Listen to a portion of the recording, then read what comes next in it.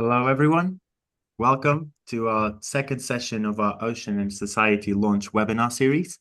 My name is José Batista. I am Community and Events Manager at Cogitatio Press, and it's a pleasure to welcome you all to this special webinar. As you probably are familiar, this is the second session in a series of 3 webinars that we are hosting to celebrate the launch of our newest journal, Ocean and Society.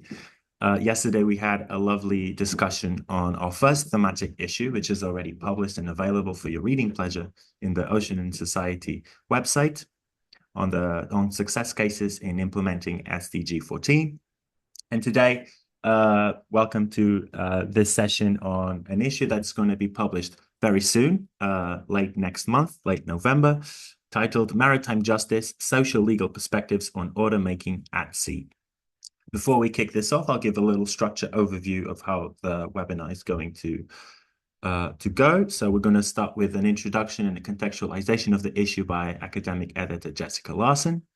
We'll then get to our first paper presentation of the day with Stephanie Schandorf presenting her paper, Power Imbalances in Maritime Justice, an exploration of the UNCLOS negotiations.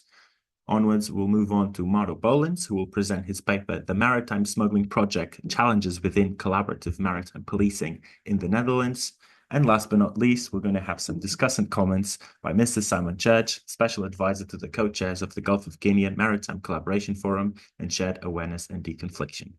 Our Q&A section will happen after Mr. Simon's comments. There's a dedicated Q&A box in the session, so if you have some questions you want to pose to the speakers at that part, you can leave them all throughout the session. We're going to be collecting them throughout, and then I'll be addressing those questions to each speaker when the time comes. A final note before we kick things off, if you have a friend or a colleague who couldn't attend this webinar, or if you want to revisit this conversation in the future, this webinar is being recorded and it will be available on the Cogitatio Press YouTube page shortly after the webinar series is over. And also, if you want to stay up to date with articles and issues that Ocean and Society will publish in the future, please follow Cogitatio Press on LinkedIn and also Cogitatio OAS on Twitter. Without further ado, I'll give the floor to Jessica Larsen, academic editor of this special issue, anthropologist and senior researcher at the Danish Institute for International Studies in Copenhagen. The floor is yours. Thank you very much. Thank you for the floor, José. And I had some issues with my computer, so I'm getting great assistance for my PowerPoint, which I would be able to control myself, but thanks very much for sharing it for me. So yes, my name is Jessica Larsen. I'm a senior researcher and anthropologist at the Danish Institute for International Studies in Copenhagen. I'm very happy to be with you. Good afternoon, good evening, good morning, wherever you are. Thanks for joining. I would first like to thank Ocean and Society for the invitation to be a thematic editor of the journal. And thanks also for the opportunity to publish this thematic issue on maritime justice. I think it's a really promising journal, and I really look forward to diving into more issues as they become available. Thank you also for the invitation to launch the thematic issue. This is an area of research that I have played with over a decade, really. And when you approached me with the new journal and invited me to edit this special issue, it felt like the right opportunity to outline maritime justice as a distinct research agenda, which this issue does. Finally, a big thanks also to the authors contributing to the thematic issue. It's been a pleasure working with you all, and I'm super happy that some of you are joining us here today. So if I may have the next slide, please. So maritime justice, what is this? Or maybe you can press once more, actually. So thank you. It's a subset of maritime security studies. It is a socio-legal research agenda that focuses on maritime crime and its legal responses. So in that domain. So maritime justice is 2 things as I see it. Empirically, it studies law enforcement, and methodologically, it takes a practice-based approach. Now, what does this mean? Well, at its base, maritime justice is conceived as a socio-legal research agenda that relates to broader scholarship on maritime security, insofar as maritime justice is concerned with maritime security governance, but it looks specifically at maritime crime and its legal responses, so responses that are specifically defined as related to law and law enforcement in the maritime domain. And I wanted to carve out this specific socio-legal space, which brackets broader ocean governance studies that typically emanate from law and international relations. Now, these studies approach maritime security from the angles of sort of black letter law or policy, looking at governance structures and practices. But I wanted to see what would happen if we isolate the specifically legal part of ocean governance and study law and enforcement in practice. Of course, things are interrelated, obviously. But just to give you an example from my own research, I have for a long time dabbled in counter-piracy, and I've used ethnographic methods to study the practices of how law enforcement actors implement relevant legal provisions. And this means, in the case of counter-piracy, international law, UNCLOS, in particular Articles 100, 101, and 105. But it also means domestic law, which in this case is relevant provisions in the criminal codes of the particular states that are involved in counter-piracy at sea and on land. So this is already quite a lot of provisions, and they're messy, they interact, they overlap, they leave gaps, they create inconsistencies. So I knew that before doing fieldwork. I had read the legal analyses about the shortcomings and the challenges held in international and domestic law governing counter-piracy. But what I found when I stepped into the field is that these sort of formal provisions in international and domestic law are actually just the tip of the iceberg.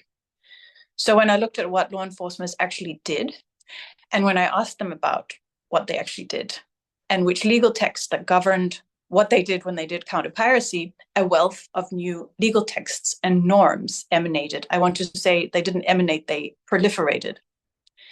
And if you could press once more, thanks. So this is a book I wrote. Time doesn't allow all the details, but very briefly, I found gaps in counter-piracy, the legal framework governing counter-piracy regarding piracy policing, or the mandate of piracy policing, which was not accounted for in legal scholarship on maritime security in maritime security studies. I also found the creation of new legal norms in piracy prosecution in the courts, domestic courts, which, if I am kind, these new legal norms were interesting to study, but if I'm honest, they were actually quite problematic in terms of legal certainty.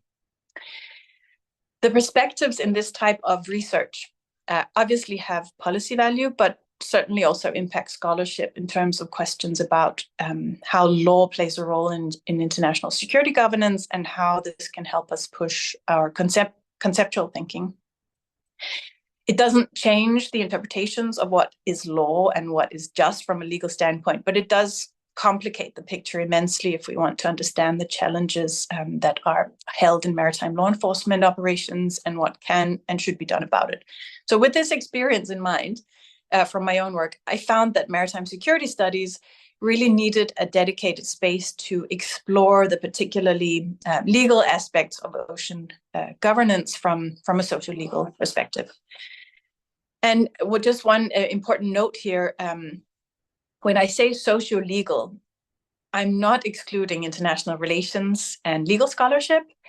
I am suggesting that there is an opportunity to look specifically at the laws and legal practices associated with maritime crimes and insecurity. So when I say socio-legal, it's not a disciplinary boundary, but it's a common sort of methodological commitment to studying law in the maritime domain as a practice, no matter the discipline.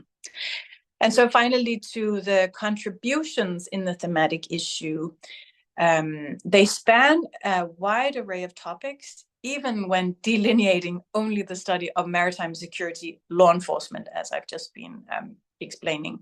So geographically, the contributions quite literally move between continents and thematically they encompass different aspects of the legal chain, from crime to law enforcement, and from judiciary events to the act of producing regulation. To exemplify, I've just listed the contributions here. In the PowerPoint, we have a legal analysis by Lindley and Lothian on how the islands in the Pacific Ocean can deal with organized crime and improve governance in the face of corruption and lacking law enforcement.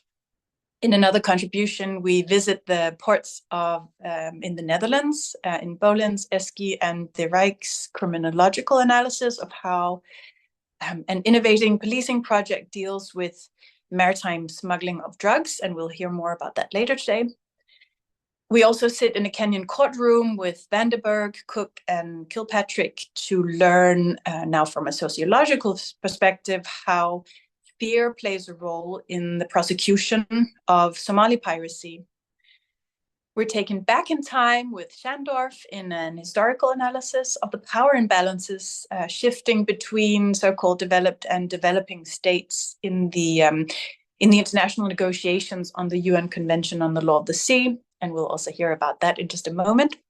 And finally, McLaughlin, Lothian, and Lindley invite us to think about how maritime security regulation can inspire other fields of ocean governance in a legal analysis of responses to maritime crime and the relation to an environmental context. And we already see here how it's actually quite a broad field, even while trying to narrow it down by only looking at legal aspects.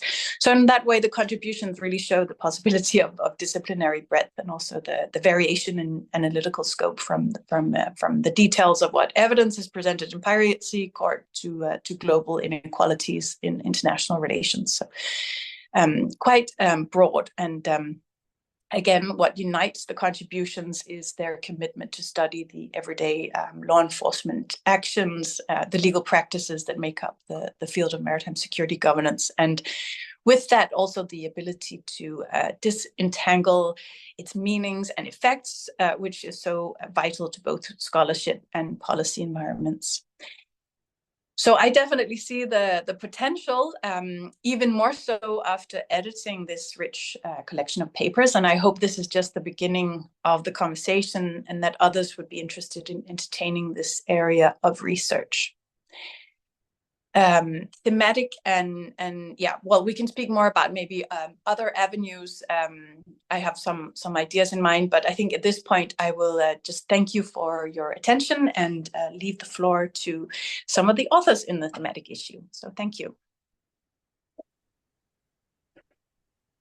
Thank you, Jessica, for this introduction. I'll ask Stephanie to share her presentation. Stephanie Schandorf, she's a researcher and a PhD candidate at Liverpool Hope University. She's going to be presenting her paper, Power Imbalances in Maritime Justice, an Exploration of the UNCLOS Negotiations. Stephanie, the floor is yours. All right, thanks for giving me the floor, and thanks to Jessica for laying such a strong foundation for everything else. So I'll be speaking today about my paper and the issue, which is titled Power Relations in Maritime Justice and Exploration of UNCLOS. So now what this paper does is to present a relatively new perspective on the interplay between power relations among states and maritime justice by looking specifically at the various ways in which these power relations manifested during the negotiations for the United Nations Convention on the Law of the Sea, which I'll be referring to going forward simply as UNCLOS. So I guess the first question that comes to mind when we consider this objective is, if we want to understand how power relations might affect maritime justice, why look at UNCLOS?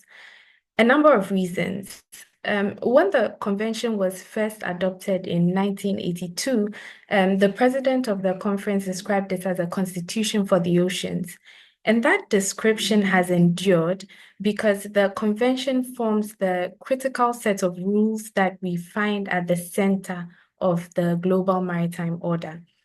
So we find that in providing for the delimitation of maritime zones, it grants states the jurisdiction or, in some instances, the sovereign rights to address illicit maritime activities occurring off its coast.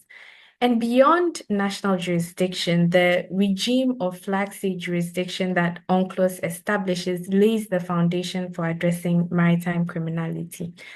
So if we consider maritime justice indeed as encompassing the broad ways in which laws and regulations and legal principles are applied in addressing illicit maritime activities, then UNCLOS, in being able to assign powers and even establish institutions, emerges as an agent of maritime justice.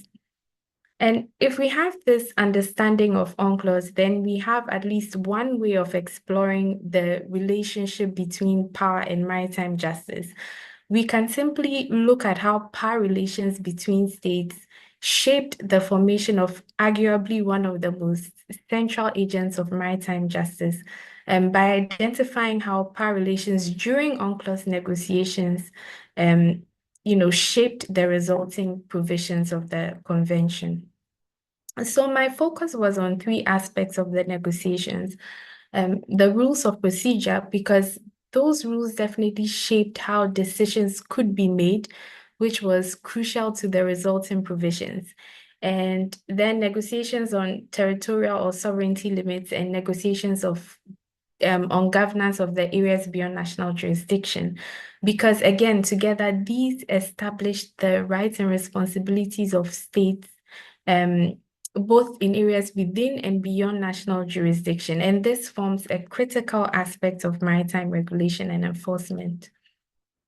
So now, to help me understand the nature of power relations that could be observed through the negotiation process, I relied on Barnett and Duval's taxonomy of power, because it embraces a transition from realist conceptions of power as control over material resources to a multi-dimensional understanding of power that takes into consideration the complex social interactions between actors in the global order. So the paper looks for evidences of these four forms of power based on the taxonomy displayed on the screen. And these are described in greater detail in the paper. Now, I should mention that the analysis makes reference to developed states or great powers as more powerful actors, and then developing states as weaker actors in the global order. My use of these terms doesn't presuppose that the states have continued to fit into these same categorizations post-UNCLOS, but this happened to be the generally accepted reality at the time. And indeed, the states throughout the negotiation process used these terms in reference to their positions in the global order. So I'll provide a few examples of some of these power relations during the negotiation processes that were discussed in the paper. One of the fundamental examples had to do with the agreement to take decisions by consensus. And it's interesting that a simple issue of seat allocation during the negotiations highlighted the challenges with the consensus principle. Because as long as they were not able to take a collective decision on that by consensus, negotiations were stalled. Now, the problem was that the USSR at the time, of course, had invoked its status as a permanent member of the Security Council to demand representation on two committees, on the drafting committee and the general committee of the conference. Not surprisingly, this was objected to by several developing states. However, when you go through negotiation texts, you realize that they show no compromise on the part of the USSR. So what was evident here was the USSR leveraging its institutional status for procedural advantage. And this is what we refer to as institutional power. So think also about the delimitation of the territorial sea. We had states like the UK, the USSR, Denmark, Sweden, and Norway, typically suggesting limits not exceeding 6 nautical miles. As a matter of fact, the US, the UK, and France had insisted that a maximum breadth of the territorial sea of 6 nautical miles was a very reasonable compromise. And the fact that the great powers at the time had come together to insist on limits that suited them was in itself a form of compulsory power, which you'll see later in the paper. Now, developing states were, of course, more dispersed in their propositions, but they generally advocated for more. So we had several states pressing for a 12 nautical mile limit. We had Nigeria at some point suggesting a 50 nautical mile limit. And we had Latin American states, a number of them pushing for a 200 nautical mile limit. So what stands out is elements of another kind of power in the description of the 6 nautical mile limit as a reasonable compromise, especially since what was deemed reasonable in terms of territorial sea limits to the developed states was the result of the evolution of the 3 nautical mile states practice by global maritime powers like the Great Britain at the time. And this is productive power at play. Now, there are other examples that I touch on in the paper. For instance, with respect to arriving at provisions concerning the areas beyond national jurisdiction and the common heritage of mankind principle. But in essence, what the article shows is that various forms of power shaped some of the convention's key provisions. And in doing so, influenced its role as an agent of maritime justice. And these forms of power worked differently, often to the advantage of what the order considered as more powerful actors, but also sometimes in favor of ostensibly weaker actors in the system. So, understanding these power relations is a tough task, but the more we can understand them, definitely the more we can hedge against the power asymmetries that may be detrimental to maritime justice. And these are some of the thoughts that I share in the conclusion of the paper. But this just begins a research agenda of starting to look closely at how power relations can shape the provisions of some of the key conventions that provide a legal framework for the ocean space. So on that note, thank you all. I hope I've stayed within my 10-minute limit. I'll hand over to José to hand over to the next speaker. Thank you. Thank you so much, Stephanie. We're going to have our second presentation now. The Maritime Smuggling Project, Challenges Within Collaborative Maritime Policing in the Netherlands, presented by Mauro Boelens. And this article was co-authored by Jarin Eski and Danica de Rijk. So, Mauro, we see your presentation. Go ahead. Thank you very much. Can everyone hear me and see the presentation? Yes.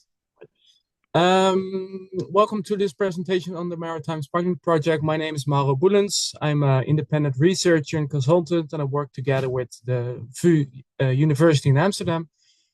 And in this 10 minutes, I'll give you my view on the presentation. First, introduction, the context, methods, findings, and then the conclusion.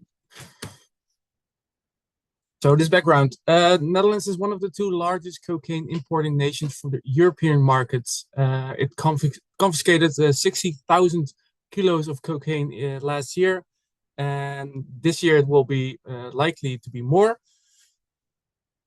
So instead of change on maritime policing this confiscating kilos, the drug trade appears to be more lucrative and growing. So why is this happening? Drug seizures break new records almost every year. The street value of cocaine has remained stable for years. Its quality is increasing. User numbers are not decreasing, and crime is becoming more violent. So what's happening there? In the Netherlands, there's a sense of pessimism and defeatism emerges in policing organized crime where current approaches fall short. So a different approach is needed, and high-risk locations and professions should be protected against criminal involvement. And 3 years ago, or maybe 4 years ago, a significant number of Dutch involvement in maritime smuggling cases were seen by the police and maritime prosecution office, also leveraging regular professions such as fishers, real estate agents, and harbor masters in the province of North Holland. So there was a call to action. There was the start of the maritime smuggling project. And if society is more aware of the risk and dangers of criminal involvement, it also contributes to the concept of maritime justice. So the common phrase here in the Netherlands is, if you always do what you always did, you always get what you always got. It's a common phrase here in the Netherlands from Albert Einstein. And it's also the phrase in the field labs we have here in the Netherlands. It's from right on designing environments for experimental and learning and innovation within governance on maritime policing. And it's a just do it mentality. Just do it, no more talking, learn while doing. In this case, a field lab project, the maritime smuggling project, was 35 maritime and financial professionals from the police, from local governance and the customs, working together on doing something else. And their main focus was raising public awareness about drug smuggling, stimulating reporting within sectors to identify criminal activities, and raising resilience from these three communities: the fishing community, the marinas, and real estate agents.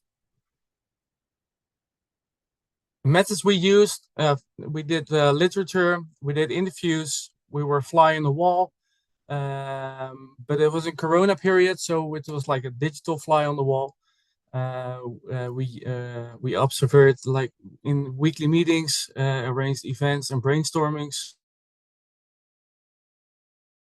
And it was all from September 2021 to October 22. So key findings, what did they learn? These professionals work in police organizations. They learn to create public value rather than just numbers and results of catching criminals. So what is this really creating on society? What does they notice about it? Building trust between these government organizations and adopting a hand-on approach, thinking out of the box, just do it mentality from the field lab approach. And they also learned to collaborate neutrally, just setting aside their own organization to work together as one government. So instead of like a police perspective, there's a society perspective. So what were the challenges? In the beginning, there was resistance in adopting new working methods. These professions work in 30 years as a police officer, and suddenly they have to change their methods. No one really likes change. And they were struggled with their time. They have their own regular work and working in this project. And they were hesitant to share information with each other or trust each other. And in the end, they lacked a clear strategic vision. So if we are collaborating, what happens next? And these self-steering teams, like we're experimenting, innovating, is that really something working with government organizations, or is that even possible? And a key challenge was the fishermen, marinas, harbor masters, or real estate agents were not included in the project.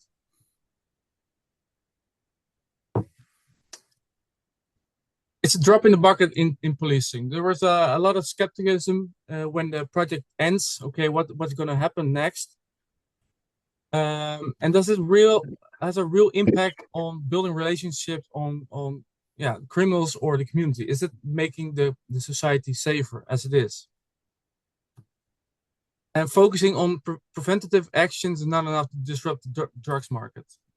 So in the end, nothing really changes. This project ends, and there is no organizational structure that has changed, or workflow that has changed, or process that has changed.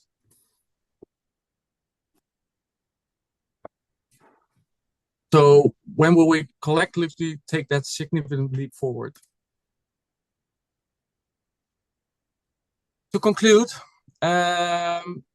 collaboration is needed, it's vital, but it's not sufficient to disrupt this market. And there's also a risk of overvaluing collaboration as a success on its own. And that's what we called toxic positivity. And the traditional criminal justice institutions often obstruct innovation, focusing more on the short-term outcomes, like catching criminals, than long-term change, what society, the impact on society. And impact-driven maritime justice is effective. Maritime justice innovation requires sustained, impact-oriented approaches, and professionals and their organizations must be ready to adopt new policing methods, fostering bottom-up adaptive practice in criminal justice. This was in very brief from our study. The link was already shared by in the chat. So if you have more information or contact, please, here are the contact details. Thank you very much. Thank you so much, Mauro. Let's move on to our discussant, Mr. Simon Church, Special Advisor to the co-chairs to the Gulf of Guinea Maritime Collaboration Forum and Shared Awareness and Deconfliction, who will be giving us some comments and some insights relating to his experience and to the presented papers and the scope of the overall issue. So, Simon, the floor is yours. Thank you, Jose, and thank you for having me today. Welcome to everyone. I intend to just give you a brief overview of my experience before I will address the questions that we have in the webinar itself. So my background is originally in the shipping industry. I worked in the tanker sector and many other sectors before moving into maritime security, working for EU NAVFOR at the height of the piracy operation in 2009. I worked for EU NAVFOR for 12 years, starting as a liaison officer for the shipping industry, building the relationships with that very important constituent in counter-piracy. And then I became the director of the Maritime Security Center. So I had overview of the monitoring of the maritime domain. That included, of course, arrest and prosecution and detention of suspects for prosecution, something that Jessica mentioned. So I also then, having finished that role, I worked in the Gulf of Guinea, which is where I work today as an advisor to the co-chairs of the Shade Forum. The Shade Forum is a framework for cooperation between navies, the information sharing architecture of the region for counter-piracy, and the shipping industry. And this is a framework for a formula for success that we've seen collaboration work effectively in the Indian Ocean. And this is now being applied and has been applied for the last 3 years in the Gulf of Guinea. So that's the background. I'm now going to try and draw on that experience to try and address some of these questions. But the answers will be very much tied to my experience. So they don't relate to other illicit maritime crime, illegal fishing, or other activities. So it'll be directly related to my own experiences from piracy or counter-piracy. So the first question is, what is the scope of maritime justice and how do we define its substance practically, legally, and conceptually? So when considering the scope for maritime justice when it comes to the crime of armed robbery and piracy on the high seas, the crimes and laws that treat them are multifaceted, they're multi-jurisdictional, but they're also multinational, so they're complex. This calls for cooperation between maritime law enforcement agencies, both of states with other states, immediately in the vicinity of the maritime domain for which the crime was committed, but also from states from outside the region. For example, you will have, of course, a Navy ship from outside the region that might be arresting pirates. And they will then need to assert universal jurisdiction, and that needs to then take account of transferring suspects to a state and any subsequent prosecution under the domestic laws. So the scope is, in the context of piracy at least, is broad and complex, which makes the attainment of justice all the more difficult. But looking at the real-time practical application of maritime justice, for example, in the Gulf of Guinea, we've seen the introduction of updated piracy laws, for instance, in Nigeria with the SPOMO Act, but we've also seen regional mechanisms like the ECOWAS transfer agreement that enables transfer of suspects between states to enable prosecution by a state under its own domestic laws. That is something that has been recently introduced. We've yet to see it work effectively in practice, but it is definitely the way forward.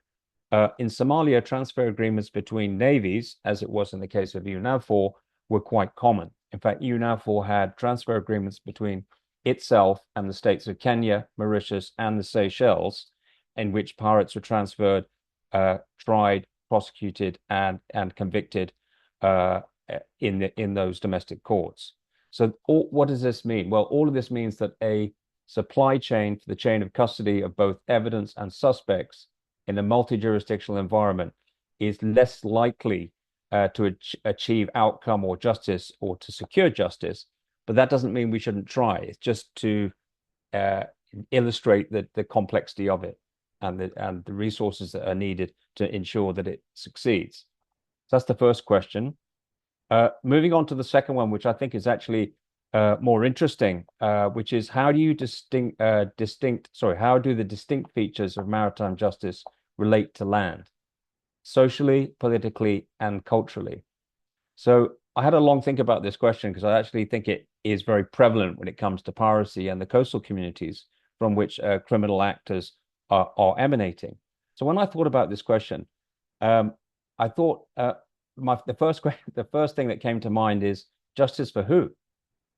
Because justice for the victims, of course, the victims of piracy are often seafarers from somewhere else, or justice for the perpetrators, or justice for the state or the courts, which is put in place to act as a means for deterrent for further criminal activity.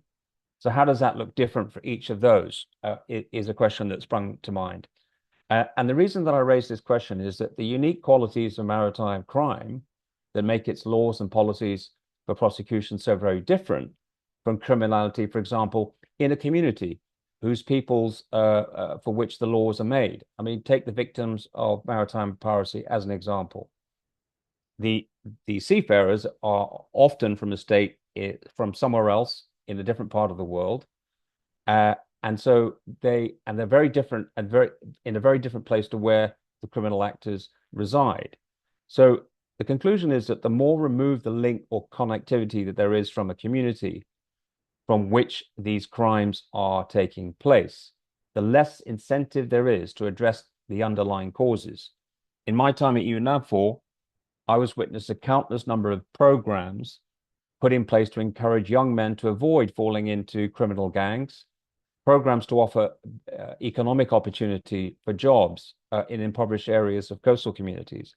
But these policies and programs were often made more difficult because the local community often used to see foreign ships as those responsible for taking away their livelihood. And that was a social impact on the maritime justice in that case. So if we are going to seek to understand the socio-legal perspectives of maritime justice, surely we need also to think about how justice can be achieved with such a disconnect between the victims and the impact on the community from which they come. So when we look at the political dimensions for maritime justice, in my experience, the cooperation between regional states and those states external to the maritime domain often generates sensitivities and tensions and political tensions, where foreign navies are enacting maritime law enforcement activity, which do not involve the state from which the pirates have come. And so it is more about the sensitivities of sovereignty and the sense of an interference by an external state in the domestic affairs of another, irrespective of whether the state welcomes or invites that state to practice or prosecute maritime law enforcement. So that's an issue on the political tensions that exist. On the cultural factors, I think there's a significant impact on the relationship between maritime justice for acts committed at sea and to those communities on land, as I've explained. So the narrative and pretext for the motive, for example, of Somali pirates was IUU fishing, which was happening on a large scale. This meant that seeking to put in place laws to combat piracy was always being done whilst overcoming cultural associations of foreign ships stealing their fish and their livelihood. This is certainly true in my experience when we worked in the coastal communities of Galmudug and Puntland in eastern Somalia. So the final question is what are the policy aims of maritime justice and who are its providers and beneficiaries? This final question on policy aims should, in my view, take account of the very complexities that I've outlined in the first two questions, namely that policy of any state in governing their maritime domain, which seeks to safeguard maritime trade between the tax on international shipping and seafarers and the communities from which they come. In other words, policies of maritime justice must work hand in hand with other government agencies that seek to improve the economic opportunities for coastal communities that are no longer able to sustain their income from fishing or other traditional income streams. So justice and economic development policies of any government should be crafted taking account of those realities. Providers of justice, in my view, would mostly be, in all probability, domestic courts of a state. And they should be the place where justice is administered and the resources and expertise must be available. If any state, in any state, if justice is to be effectively administered. One of the obstacles I've found in my experience is that there's a lack of legal expertise when it comes to the prosecution of cases where you have intricate transfer agreements. Not only do you get a lack of expertise in the state and in the courts, but you also get a lack of legal naval expertise on board the very ships that are detaining the suspects, not understanding how in practice, the assimilation and collection of evidence should be transferred in a way that protects and gives the case its best outcome. So the beneficiaries are, of course, all stakeholders who would all those who economically prosper from the maritime community. They could be employees of a port, they could be customs office employees, they could be an importer, an exporter, and they could be the seafarers on the ships that are incentivized to trade their ships to a piracy-free zone with the freedom of navigation that's set out in UNCLOS that ultimately brings down the cost of goods and ultimately benefits both the local, blue, and wider economy of the state from which they travel. So those are my hopefully concise thoughts on the questions, and of course I'm happy to hear the questions from the panel and the others. Thank you. Simon, thank you so much for your valuable perspective on the overarching themes of this issue. I guess we're going to kick it off with a question from the audience. This has no recipient, so you're all free to chime in with your perspective on this question. Ellie Arvola, she asks, how would you distinguish maritime justice from blue justice? So a conceptual question. Who wants to take this? I can start, and if others are interested or have something to chip in with, please do. So I'm super happy for this question. It's such a great question. It's something that I've been thinking about myself. So there are many related terms. In my presentation, I spoke about maritime security, which I think is broad. And maritime justice works to narrow it down, to place law at the center of inquiry into maritime crime. Blue justice is already a living concept, so to say. It's often used in environmental studies and ocean governance related specifically to fisheries and environmental crimes, but a lot about fisheries. So when I was thinking about how to put this thematic issue together, I thought a lot about this concept, blue justice, and it seemed a challenge to try to insert a security and crime perspective into this literature, which is already quite used and well defined. There's also blue crime, which is something different, actually. It's previously been defined as referring to transnational organized crime. And I wanted to encompass empirically and also analytically illicit maritime activities in all their expressions. So when we think about, I also write about this in the introduction to the thematic issue. So when we think about illicit maritime activities, we could include three general categories: interstate disputes and conflicts, non-state actors, militancy and terrorism, and then maritime crimes and risks. And not all of this is transnational organized crime, as blue crime would have it. So there are a lot of related terms, but I see the specific place for maritime justice. And that said, the notion of maritime justice does not have very strict boundaries. The idea is to use maritime justice to drive the analysis. And in the introduction, I use the term that it's a composite term rather than a conceptual definition. So it's open. It's open going forward. But thanks a lot for that question. Well, it seems that our audience has been very, it was a very clarifying webinar because this was our only question of the day. I don't know if you have any final remarks or if you wish to question each other regarding your works. If not, I think we can end it. I mean, I do have something I can say real quick. Go Just ahead. to address the initial question on blue justice versus maritime justice, and really to buttress everything Jessica has already said. I think debates on justice have traditionally focused on issues when it comes to the environmental sphere, on issues regarding the equitable distribution of resources. So in the maritime space, for instance, it would easily be focused simply on the equitable distribution of marine environmental resources and issues surrounding, the morality or immorality of their exploitation and so on. And in a sense, the blue justice agenda